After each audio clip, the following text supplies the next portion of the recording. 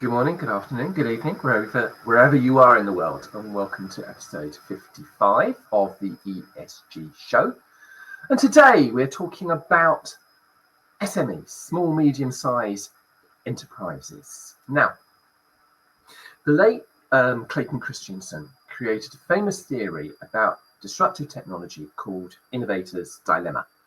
The theory wasn't popular with many business gurus because it kind of flew in the face of the accepted way of doing business. Christian's theory kind of hinged on what one might call paradigm shifts. Now, I don't like that phrase. I don't like the phrase paradigm shifts, but this seems to be one of those rare occasions when the phrase works. For as long as technology or a particular marketplace is evolving in incremental steps, then the pecking order, the names of the leading companies in that industry, pretty much stays the same. But when there's a paradigm shift, for example, if our computer of choice flips from being desktops to laptops, and the default disk drive is 5.25 inch, and suddenly with laptops we need 3.5 inch drives, then you see a whole new range of companies emerge and become the new key players. And often the established players were dismissing them. They're saying, it's nothing more than toys. And yet a few years later, they become the market leaders. We saw it with mobile phones. For example, Nokia and Motorola were untouchable at the top of the ladder of mobile phones. And then touchscreen phones came along and, well, there was a paradigm shift. Often you see upstart companies previously making products regarded as little better than toys become the new dominant players, and the former giants go bust faster than you can say Blockbusters. Touchscreen phones emerge in part thanks to Apple and Steve Jobs, but primarily because technology advances such as Moore's law, advances in screen displays, emergence of wireless internet and internet access when you're out and about, and the commoditization of components made them possible. And then all of a sudden, everything changed. If you'd spoken to a car industry veteran back around the year 2012 about electric vehicles, they would have given you a funny look. And with barely concealed impatience, explain why electric vehicles might never happen.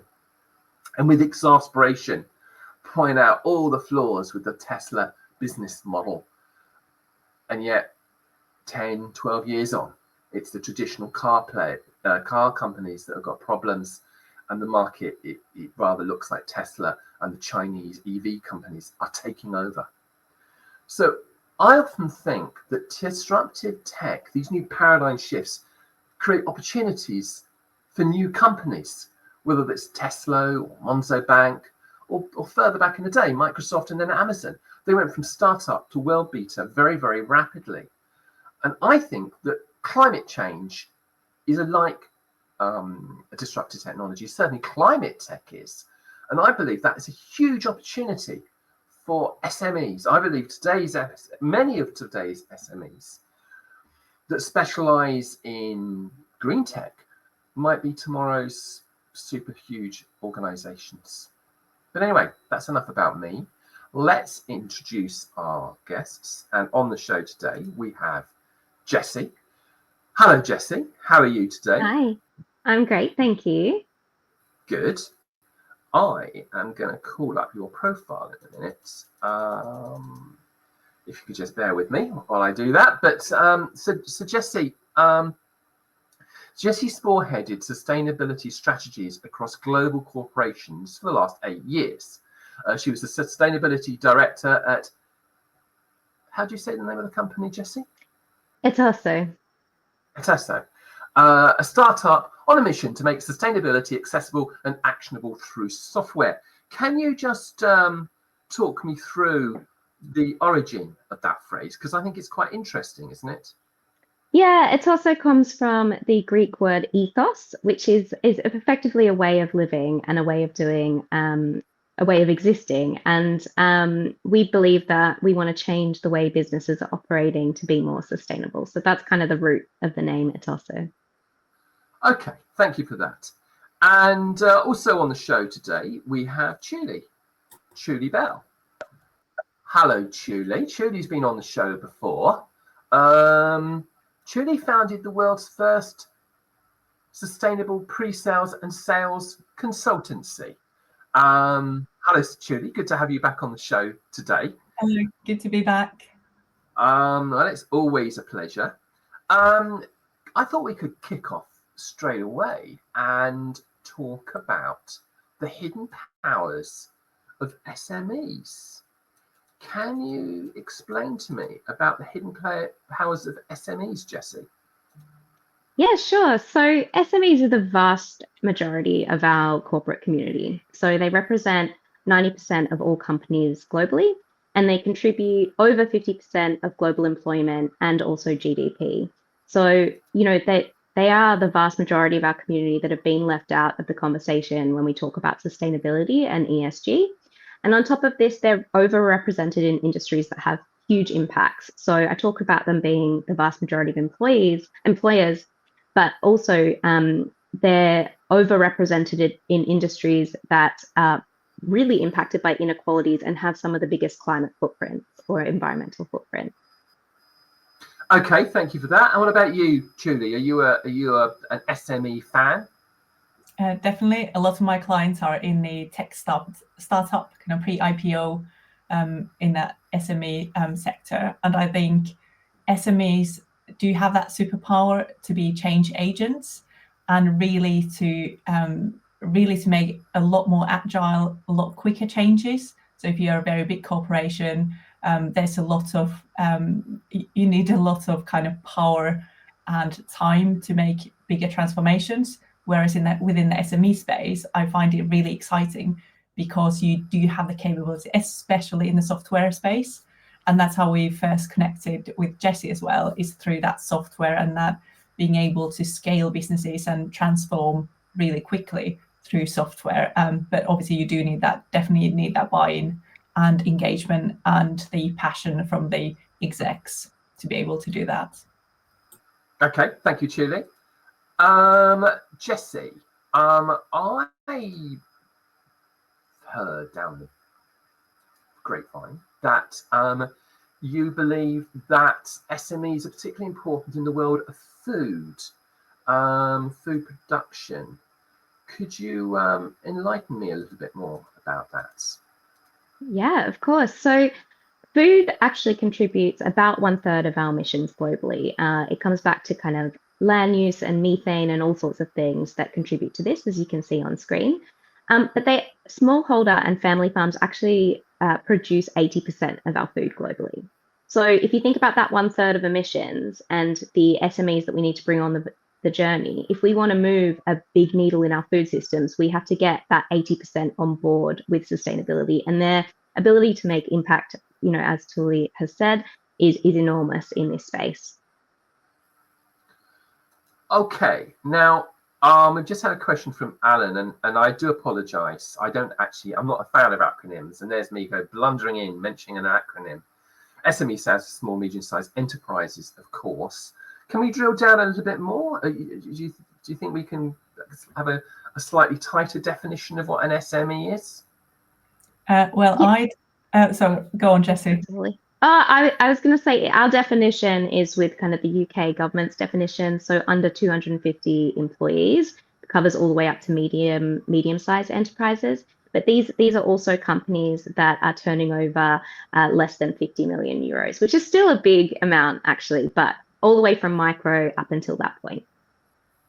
Yeah, and I think it's a really interesting that asking for that definition, because you'll know a lot about this subject, Jessie, but it's about the reporting requirements as well, because they don't apply to all organizations yet. And I think I'm sure we'll bring that up within the discussion today, is the SMEs thinking about, okay, what do we need to report on, etc., and understand that kind of cutoff for that definition is important. I think not necessarily for today, but it's interesting to think, is it also geographical? So if it's a very small company, but if it's global, is that an SME? I'm not sure. It could be a global SME, but again, within this era of being able to have a very distributed team, you could have an SME which is in fact global, but might only have, say, 10 or 20 employees as well. Okay, thank you for that. I'm trying to work out whether the ESG show is an SME or not. I'm trying to count up the number of staff that are working for the ESG show. So there's me, and yeah, we're definitely an SME. That's for sure. You're what we call a micro SME. You're absolutely right there. Construction, SMEs and construction. Can you talk me a little bit through that, Jessie? Yeah, so again, this is another industry that has a lot of SMEs. So here in the UK, again, in terms of the contribution to emissions, approximately 25% of the UK's emissions actually come from the built environment, and there's over 800,000 SMEs that operate in the UK. So that's a huge amount of companies that can create change, and then it need to be taken on that journey of sustainability and ESG. And obviously one of the ways to do that is with reporting, but not necessarily. It's more about understanding the impacts that you're having and making change in that space. Okay.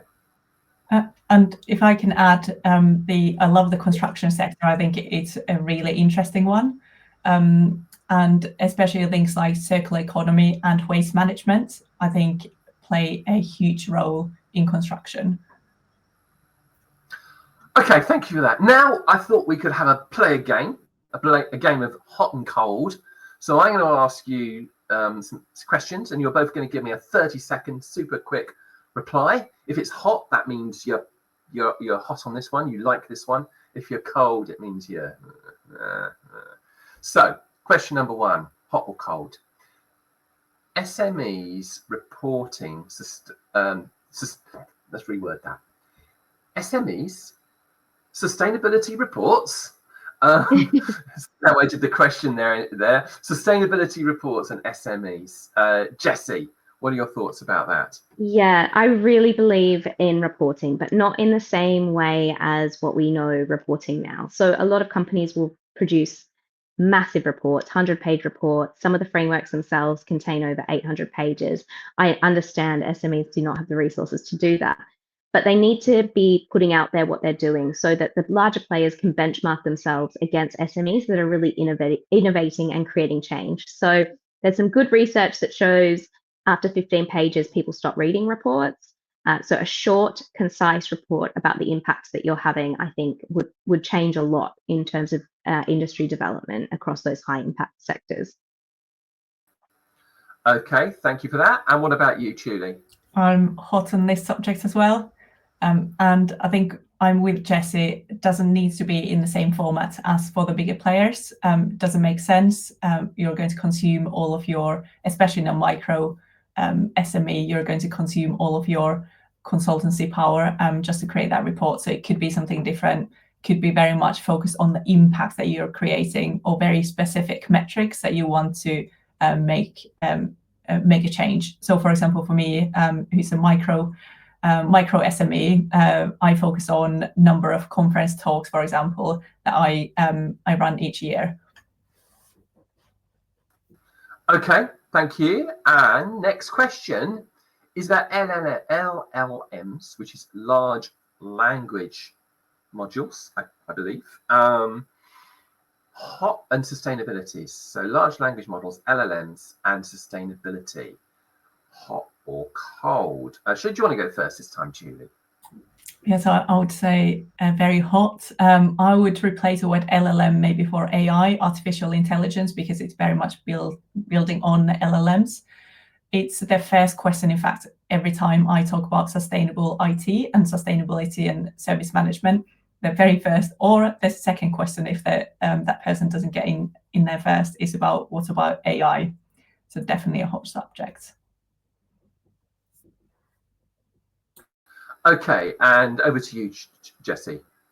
Yeah, I'm hot on it as a subject, but I'm warm on it on whether it's sustainable at the moment. It consumes a lot of energy and water, and I think it's being started to be weaponized for disinformation. So I think it needs to be controlled a lot more, and a lot more research needs to be done to make them more environmentally friendly. But there are some organizations that are really investing a lot into that. But at the moment, I'm warm on whether it's truly sustainable. Okay, Then I've got one more question for you, which relates to renewables. Um, so it partly plays into the issue of AI and sustainability. So if the electricity comes from solar or wind, then does it matter if they're using up a lot of electricity? But I know, Jesse, you've got a view about that, about how there's almost like an arms race between increased demand for electricity and increased providing a supply of renewables. Over to you. Yeah, so obviously I'm a big fan of renewables. I'm not going to debate that at all. And I am hot on renewables 100%. But what I would say is that what's happened has not reflected a transition to renewable electricity. What we've done is increase the overall energy supply proportional to the amount of renewable energy we've added to the grid. So overall energy consumption has increased, which means we're not actually transitioning. So we need to reduce the non-renewable sources of energy and decrease our actual consumption of energy in the first instance to really make an impact and a transition.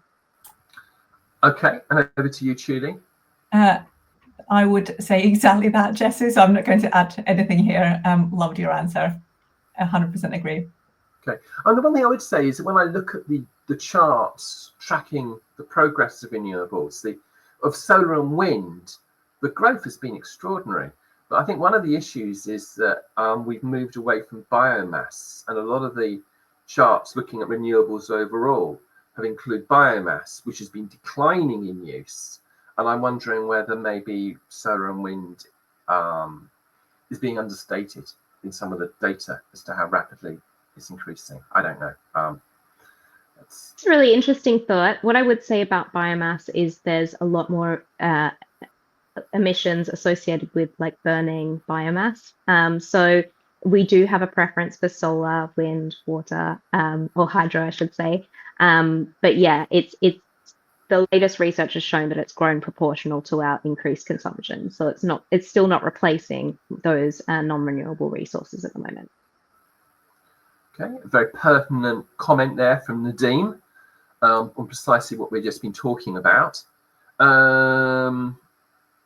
Should we deal with this question now whilst it's come in? How can SMEs create a competitive advantage versus larger companies using sustainabilities, do you think? Can I go first? Yes, of course. So I love this question, and I always focus with my background in sales. I'm always really focused on the impact and the customer focus. And I always think about not just my customers. In fact, I think about their customers and their customers' customers, especially in the SME space. Don't have the percentages, but a huge number serves B2B customers or B2B2C. And in those instances, especially, we want to think about not just the business customers, but the end consumers. What are their wishes, and where are they heading? What are their what are their dreams? What are their requirements? What are they looking for? When are they swapping for other suppliers? What are the transformations that they're making in their own lives? And so then that impacts who they buy from and where that company then supplies all of their value, all of that value stream from. So I always think at least 2 steps ahead, and I think that's where SMEs really have the power to think about, okay, who are our customers? What are the pain points that we are solving for them? And then kind of working back towards, okay, what is actually our core offering? Okay, and Jesse, any observations on that? Yeah, I love that, Tully, and it's that holistic thinking that really is at the heart of sustainability. And I think SMEs in particular, they don't have shareholder primacy in the same way that a listed company does.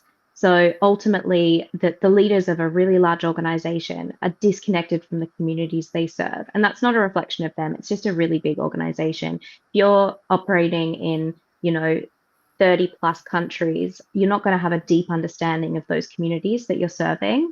So that's one advantage. And they can really embed it in and lead by example by listening to that community and integrating a stakeholder mindset. So where you haven't got shareholder primacy, you can really consider the environment and your communities that you're serving in every choice that you're making. So if you're privately owned, if you're small, if you're a startup, you can really think about that from the outset. And a really good example of this, of how SMEs have created change, like we think of B Corp, like over 80% of B Corps in the UK, actually over 90% of B Corps in the UK are SMEs. And B Corp wouldn't be the big certification if it wasn't for SMEs getting on board and really driving that certification and logo. And there's over 8,000 globally now, and they've extended the certification to large multinational organizations, and that didn't exist, you know, a number of years ago. So that is how collective change can happen when SMEs get on board. Okay, well, thank you for that. Now, moving on. Oh, hang on. We've had another question from John Paul Crofton. All too often, sustainability is a back-end process after work is done. How can we bring it more to the forefront of decision making? Any thoughts on that one? I love this question because it's so true, and I think it really needs to start with leadership. And you know, it's what we're really trying to tackle at Atosso, getting decision useful information that's easily digestible and actionable in front of those decision makers. So not only going, okay, we're going to do this thing, okay, we're doing it anyway, but is it sustainable after you've already actioned it? Going, okay, how can we do an assessment when we're making that decision, and embedding it where the management decision is being made, would be my advice. And part of that is benchmarking, part of that is sustainability context of the decision that you're making. But having access to that information is really going to be a superpower for businesses going forward, and particularly for SMEs. So I would add triple bottom line thinking. I went to a conference where I spoke about sustainable IT service management, went to one of the other talks, and I didn't know going into the talk that it was actually about the company presenting how every single decision and project they take on has to contribute to one of the triple bottom lines. So that's people, profit, planet. So they had, I loved how they'd embedded that triple bottom line thinking into everything that they do. So it is possible, but it really starts with the leadership. Okay. I am anxious to move on. So I think what I'd like to do, how do you convince SMEs to go for ESG reporting, considering regulations are not mandatory for them in some cases? So the Corporate Sustainability Due Diligence Directive, for example, only applies to large companies. So SMEs don't have to worry about it. Although I suppose if they're a part of the supply chain, larger companies further up the supply chain might insist that they do. But how do you convince them? I think you said it yourself. It's about understanding where you are in that supply chain and being able to basically, it's a competitive advantage. But to Jesse's point earlier, if it's too cumbersome, if it takes too many resources, you're just not even going to start. Okay. All right. I think I'd also add, you raise a really good point, Michael, around regulation for the large companies. More regulation is coming out, like the corporate sustainability due diligence legislation that's coming out in Europe, which actually requires you to go right back into your supply chain. And, you know, I mentioned sectors that are powered by SMEs. They are deep in the supply chain. For food systems, those smallholder and family farms are going to have to provide information so that the larger companies can report. So knowing who you're selling to and what they're regulated by, but also looking at the competitive advantages of taking that first step is how you build the business case for reporting. All right, okay. I want to push on because, as ever, time is the enemy. Jesse, you were telling me that Chocolonely are tackling big challenges such as ethical cacao sourcing and inspiring giants like Audi to follow suit. Could you tell me a little bit more about that, please? Yeah, so I love this story. I love chocolate myself, so this is particularly close to my heart because there's some issues around the ethics of chocolate and the long-term sustainability environmentally for chocolate. So basically a journalist, when the Willy Wonka film was being put out. They were looking for sponsorships and partnerships, and they were encouraging Nestle at the time to produce a child labor-free bar of chocolate, but actually they couldn't because they just didn't have the systems in place. So Toon van der Koken, which I hope I'm pronouncing that right, but him and a team decided to start Tony's Chocolate Only, and in doing so, they built direct trade relationships with cocoa farmers, ensuring 100% traceability of those beans and paying premiums above market price to support the living incomes of the workers in the supply chain. And this initiative they've actually opened, and anyone can go on and have a look. It's called Tony's Open Chain, and that's encouraged, really big chocolate retailers like Aldi to get on board. And actually, there's 14 different participants now. And Tony's was an SME, right? But now they're over $150 million USD per year that they bring in. So they are an example of where they've created a lot of change in the industry, and that's kind of the power, or the case study of the power of SMEs.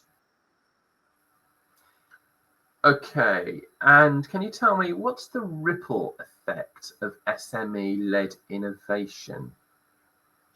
Yeah, so we talked about resources of SMEs. They're obviously low, right? You don't have a 20-person sustainability team at a small organization. You just don't have the resources for that. But larger organizations, particularly listed ones that are regulated now to report, will do a lot of benchmarking. They want to understand how their strategy compares to others and their commitments that they've made compared to their peers for those competitive reasons. It's just natural that they would be looking at that. So if you're an innovator and a change maker, they're going to have a look at you and go, oh, we should probably do something in that space. We're going to talk a little bit later on about regenerative agriculture, I know, because that's my personal passion. But regenerative agriculture wasn't a term that was used maybe 4 years ago a lot by the mainstream. Now you'll see it in every single major food producer. They are doing something about that. So that's a really good example of how the ripple effects of the change go through the larger organizations. Okay, do you want to come in on that point at all, Julie? So coming from a software kind of SME background, I think it's the same effects in whether it's food production or software. I see when one company starts to do something in the industry, they kind of leading the way and they can make it a change. And especially the software and technology space, there are a couple of really big players. But then for example, with generative AI, there's a lot more kind of small companies, a huge amount of startups at the moment. And I know some of those will be changing drastically the way we work, the way we interact and so forth. And so I think when we have founders who have a very strong sustainability vision, even if they don't per se work within sustainability, or if they don't have a sustainability product, but if they have that strong core values and they believe in sustainability, I think that's where we can make a huge change, because we do need to embed sustainability within every single industry. And I believe a lot of that we can do through education, obviously, and through software as well, and reporting communications are a huge part of it. Okay, thank you for that. And can you tell me about Dr. Bob Bronner's 5-to-1 salary cap, Jessie? Yeah, so this is a US-based company. They're actually not an SME now. They've got 325 employees, but they obviously were, and they're 150 years old, family-owned business, right? But they produce soap and household items, and they have a revenue of 200 million USD. And one thing that you might know Dr. Bronner's, you might even use them, but one thing you might not know is that they actually have a 5-to-1 salary cap, which what that means is their highest paid employee, could be the CEO, could be one of their directors, is not paid more than 5 times that of the lowest paid employee. And for perspective, that might still sound like a big difference, but the average ratio in the US for companies is 272 to 1. So the highest paid employee is 272 times what the lowest paid employee is. So this is where benchmarks really help shift the needle, because if you can see in black and white what the company, how they're performing in terms of that ratio, you can see how they're affecting inequalities growing in the community. So it's another good example of a company that's really put their foot forward and done something quite revolutionary for what's happening in the global context and in the local context, but it's changing the way that other businesses are assessing how they're performing. Okay, so I'm the CEO of the ESG show, and if I had to pay my staff a fifth of what I earn, they would earn zero, because a fifth of zero is zero. But anyway, I would have played some violins at this point if I had prepared better. But anyway, we also talked about Fairphone as an example of an SME disruptor. Can you just very, very quickly just talk about that? Yeah, sure. I just think this is a company to watch. You talked about innovation at the start of your introduction, and I think phones, obviously, we have two really big players like Apple and obviously Samsung as well. But Fairphone are doing the exact thing that we're talking about. So they've found an issue, which is the ethics and also the circularity of phones. And there's so many issues. I encourage you all to go look into the ethics and environmental issues with phones. But they've got a modular design for longevity. They use fair and recycled materials. They're committed to fair labor practices, and they are committed to e-waste reduction. And I think we should watch them, because I suspect they're going to grow and they're going to disrupt what those big players are doing in the next couple of years. Okay, I think what I'd like to do is move on. There are a couple of questions I was planning to ask you, and I think I'll ask them at the end if we have time. I think time is against us. And Jessie, can you tell us what? I guess I was struggling to say it. Etoso. I said it correctly. Etoso, yeah. Can you tell us a little bit more about what Etoso is? Yeah, so we're a startup, we're a software provider, and we're trying to make sustainability accessible and actionable. So we've got some free tools which we've launched, and we've got more tools that are in production that we're going to keep very, very, very low cost. So that SMEs can actually afford to use these tools to help build their strategy and identify the gaps, as we're talking about, in particular issues that are relevant for certain industries. So that's what we're doing in a nutshell. But there's a lot more I could talk about that we're doing. Okay. We've got a short video going over the product, which I'm going to play now. It's 5 minutes long, and the product is free, as I understand it, at the moment. So that's probably quite it's free now, and it will always be free. This database will always be free. So it'll always be free. Right. Okay. Well, here we are. Here's a video. It's 5 minutes in length. Talk to you again shortly. Logging into Etoso is quite easy. We actually have it connected to Google. So here you can just sign in with one click. Once you log in, you'll be directed to our dashboard. And you can see here we've got over 53,600 reports in our database, with sustainability related information. We have 1,300 reports added in the last week. Here is an interactive dashboard that you can use for filters. So if you wanted to look at just the real estate industry, you could click that and it would collect or show you all of the reports from the real estate industry. Again, you can look at the highest topic mentions. Some other things you can do are using these filters up here. So say you wanted to have a look at specifically, I don't know, apparel, accessories and footwear, so the fashion industry. It would show you where in the world we've got reports in our database from that industry, what standards they're using over the years, and then also how many reports we've got. And you can download the reports directly from there. But what's probably the most powerful use for our tool is actually looking for a particular topic. So say you are a food and beverage company and you wanted to have a look at regenerative agriculture. you would use these filters, and then it would actually find within all the reports in our database where it talks about regenerative agriculture. So let's have a look at here, because we've got a lot of different information. So these are all of the pages and the actual text that you would find regenerative agriculture. And if you wanted to go through the actual report and where it's mentioned, you could select the relevant pages, and then click this, and you will be taken to a kind of mini version of that report that's got 6 pages of extracted information, where it talks to regenerative agriculture. The other thing you could do is use this to actually benchmark a specific company. So, previously I would have talked about Tony's Chocolonely and their open chain. So what we can do is actually select them and look for open chain. And again, it will pull out all of the relevant parts of the report that they talk about this, and you can pull it out again. So it's a really good way to look at a company's specific disclosures relating to a certain topic, or new or rising topics, or look at an industry as a whole.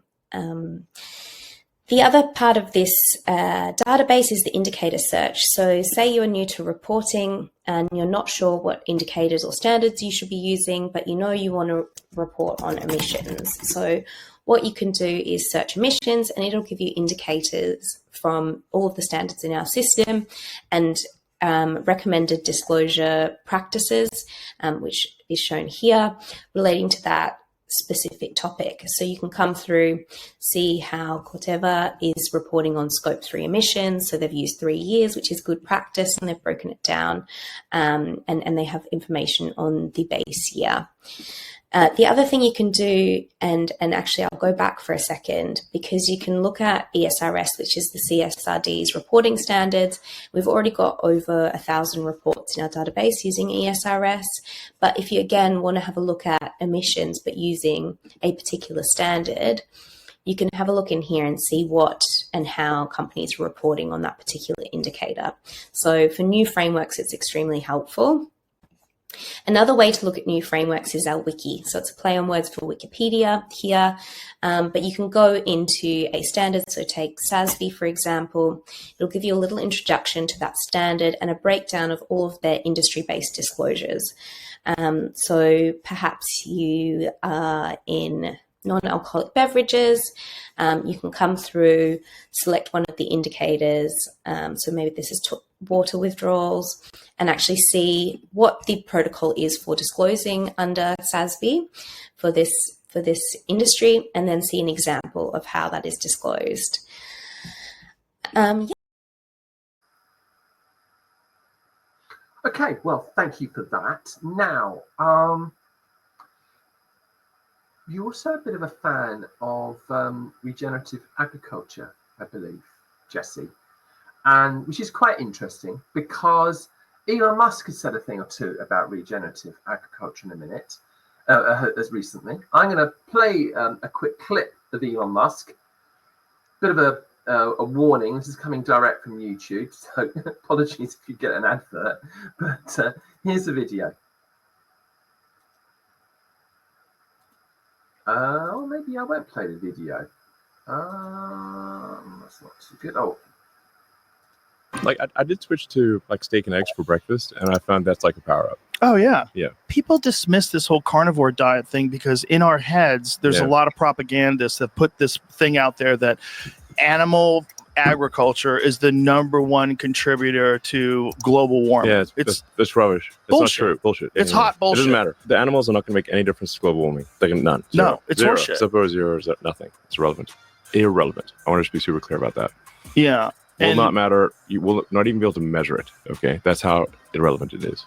Isn't it funny that that's unmeasurable? That's irrelevant. A heretic speaking. Like that's crazy talk now. Nowadays, it's like you have to say that we have to eat less meat. No, that meat is bad. Totally. So there you have it. Elon Musk on agriculture. It's okay. We can go out. We can eat as much meat as we like. We don't have to feel guilty about it. We can go out and kill a few cows if we want to. Everything's fine. Do you agree with that, Jesse? And what about you, Julie? Do you agree with that? Absolutely not. Go on, Julie. You go first. So I actually do eat a little bit of meat, not very much at all. I'm a very, not quite vegan, but most of the time vegan, vegetarian, a little bit of meat. And we're just having it's not quite close to Christmas, a few weeks off, and we're having this conversation, are we having any meat at Christmas in the family? And I think you got some amazing stats about the actual impact of especially the red meat production and everything that's required from land to how they fed the crops, etc. And I think it's that I think people are aware that not everything is true that's said on the internet, but it's really difficult when we do get messages, repetitive messages from powerful people. And I think this is where we're coming back to the SME discussion, and where we have people who believe in very core good values as leaders. That's what we really need. And whether you're working within the sustainability industry or like a supportive industry, but we're all in this planet which is going through climate change. And whatever we're doing, I think we need to understand what our role is in the future, and how do we then, from now on, in my role of doing XYZ, how do I transition? Then in a year's time, in 5 years' time, in 10 years' time, I can say that I made an impact. And in whatever industry you're in, I believe that you can make that impact. But I'll let you, Jesse, go through the amazing stats. But I think because we all have to eat something, and eating is also a pleasure, let's eat things which taste good. There's some amazing cookbooks, by the way. I think it was Anna Jones I got it last Christmas. Again, it doesn't say that it's a vegetarian cookbook, and I think she's got another book coming out this year. It's all vegetarian food. Yeah, some amazing recipes there. Yeah, I find this stuff really frustrating, because, and this is why I was talking about the risk of disinformation with AI. I don't know where Elon Musk has got it in his head that it has no difference whatsoever, because the science is very clear. The Intergovernmental Panel on Climate Change specified eating more plant-based diets as one of the key initiatives to drive change for climate change, to combat climate change. And to give you a bit of context, so the per kilogram of beef is about 70.6 kilograms of greenhouse gas emissions, whereas vegetables is 0.7 kilograms of greenhouse gas emissions for the same kilogram of food.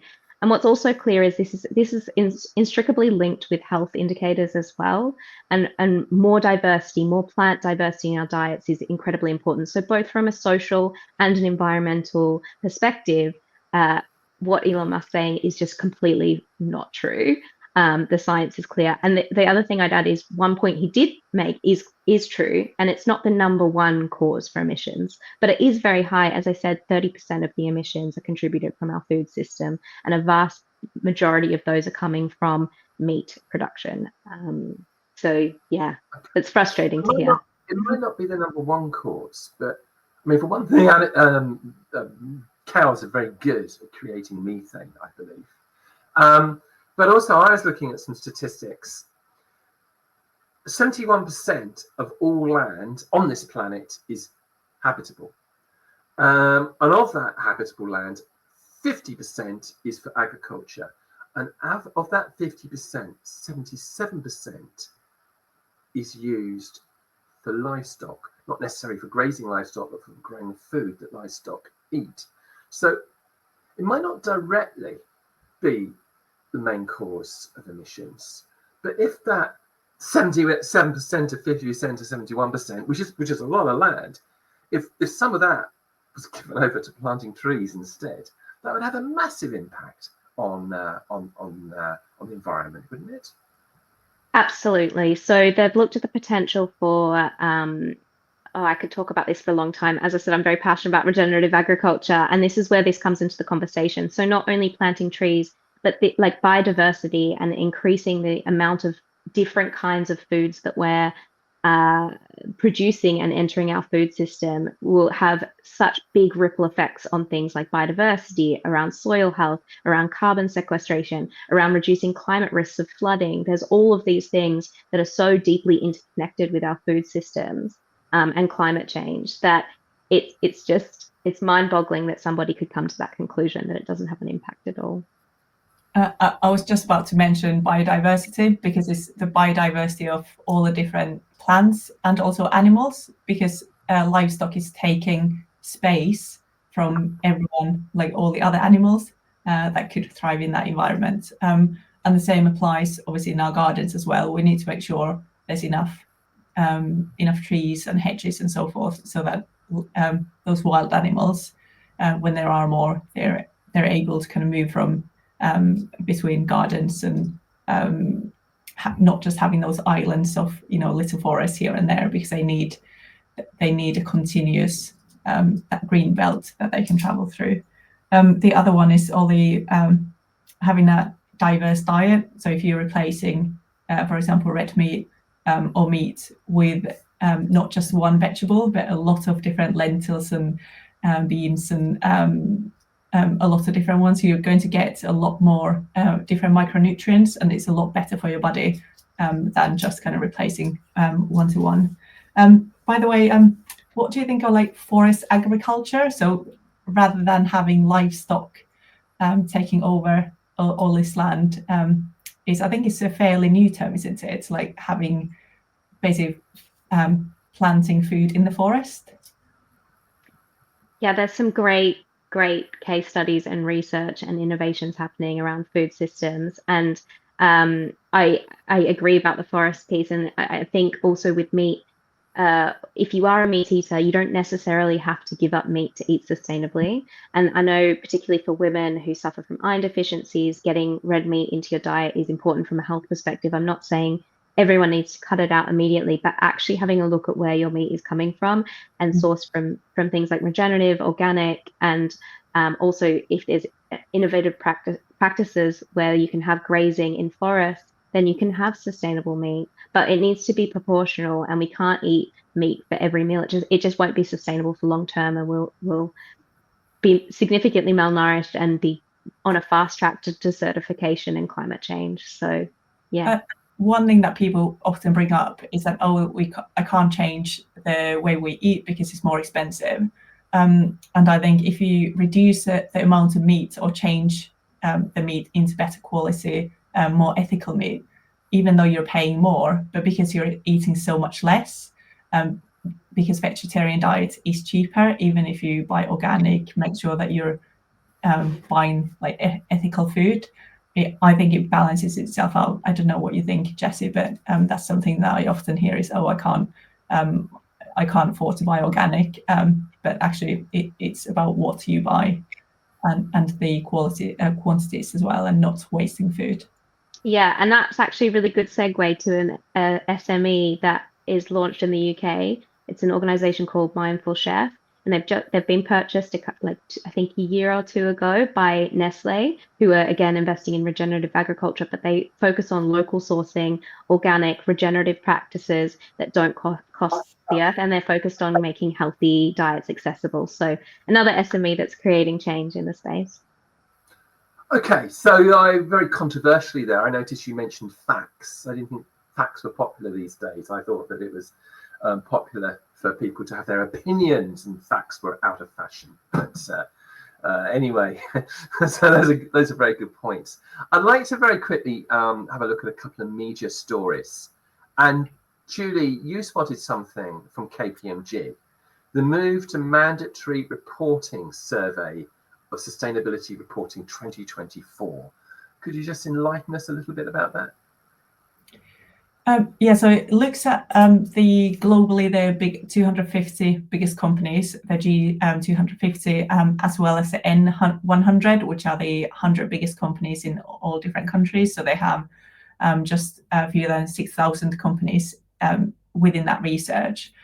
And they're comparing the two really, and looking at things like how many of those G250 report on sustainability, and that's very high at 96%. But remember, these are all huge kind of enterprise level organizations.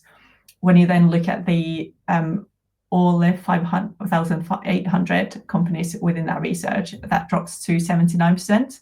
So there's definitely a trend, and that goes throughout the reports. There's a trend that basically smaller companies do not report as much.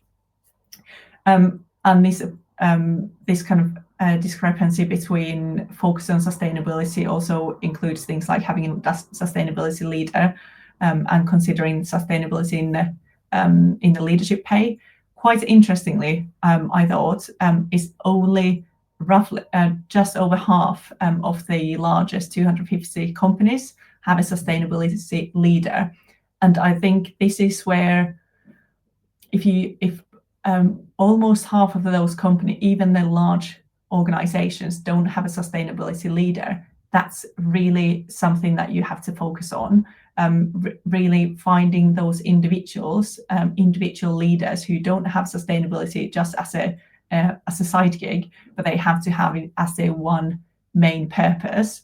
And then for them to find all the champions within that organization informally, so having different working groups, and then a formal team who's not just reporting, but actually creating that change within the organization, understanding the longer term objectives, and relating all the changes to the business objectives and the business strategy over the next 1 to 5 years. And I think something we can learn from this report for the SME sector as well. So even though we cannot necessarily, especially in the micro SME, we can't have one person dedicated, let alone one team dedicated to sustainability. But if we could have a fractional part, so we could say, okay, we can dedicate half a day, we could dedicate even 1 hour a week for sustainability. How much can we do within that time? And then leveraging all the different tool sets. And which is why I think it's amazing to have Toto here. And I'd love to have your thoughts on this, Jessie. How can we leverage a smaller resource pool for sustainability within the SME? We can't necessarily do everything through our own resources, but we have to leverage the communal knowledge, the different tool sets, the different processes, because we can replicate other companies' processes as well. Yeah, you're absolutely right. I think with SMEs and for those large organizations that don't have someone spearheading sustainability, what you need to do if you want to prioritize it is ingrain it in your processes and have a governance system that still keeps you accountable. So whether that's embedding in your reward structures, whether that's having KPIs that are specific to the individual and that they will be held accountable for, but actually talk to the specific social or environmental issues that area of the business is focused on or has an impact on, is critical. So you don't necessarily need one sustainability professional full time, but embedding it in the way that you do business and in the individuals that are part of your team is really important. And I'd be silly if I didn't say that. Obviously, you've got our tool there. A marketing person should be able to pick up our tool and have a look at a specific topic and a competitor in that space. So obviously Atossa is there to help too. Okay, thank you for that. So got a question for you. Why is it that mushrooms are good at parties? Any idea why they're good to invite mushrooms to parties? Any idea? Because they're a fungi. Exactly, because they're fun guys to be with. Which I think is what's known as that's what's known as a dad joke, isn't it? But Jessie, you spotted an article about fungi. Once again, it's fungi to the rescue. This time, it's eating plastic pollution. So mushrooms are eating plastic. Basically, is that the summary of that article? Can you tell us a bit more? Yeah, exactly. I love fungi. I think we're just untapping the potential for some of the biggest issues. There was another article about fungi-powered robots that were controlling them in agriculture again. But this one is about a startup, which I thought was relevant for our discussion in the US. It's called Hyro Technologies, and they've developed a solution to tackle plastic pollution. So it's actually plastic degrading, and it transforms plastic waste into soil and mycelium. which will make plastic circular. Now, it is a startup, it's still in trial, but I think it's really exciting. And, plastic's such a big issue. And I think a lot of people don't know how to tackle, even where to start with whether we can tackle it. So I love this innovation, and I really hope it works and it can gain scale. Okay, thank you for that. We're drawing to a close now. What I thought I'd do is ask you both a couple of quick questions and ask you for a super fast answer. And I thought we could ask, the first question is, so what is the hidden power of SMEs? Can you give me 30 seconds on that, do you think? Jessie? Sure. The power of SMEs are they're going to create tipping points. There's a really good piece of research that when you get 25% of peripheral participants involved, you create a societal tipping point. And I really believe that SMEs can do that and really be the catalyst for change across industries. Okay, so SMEs tipping points. Julie, any thoughts on the hidden power of SMEs, or what's special about SMEs? SMEs are really agile. They have the ability to scale and to scale fast, and then change the world through that. Okay, thank you. I'm going to just ask you just a very general question. Is there anything else you would like to say? Jessie, is there anything else you'd like to say about Itoso?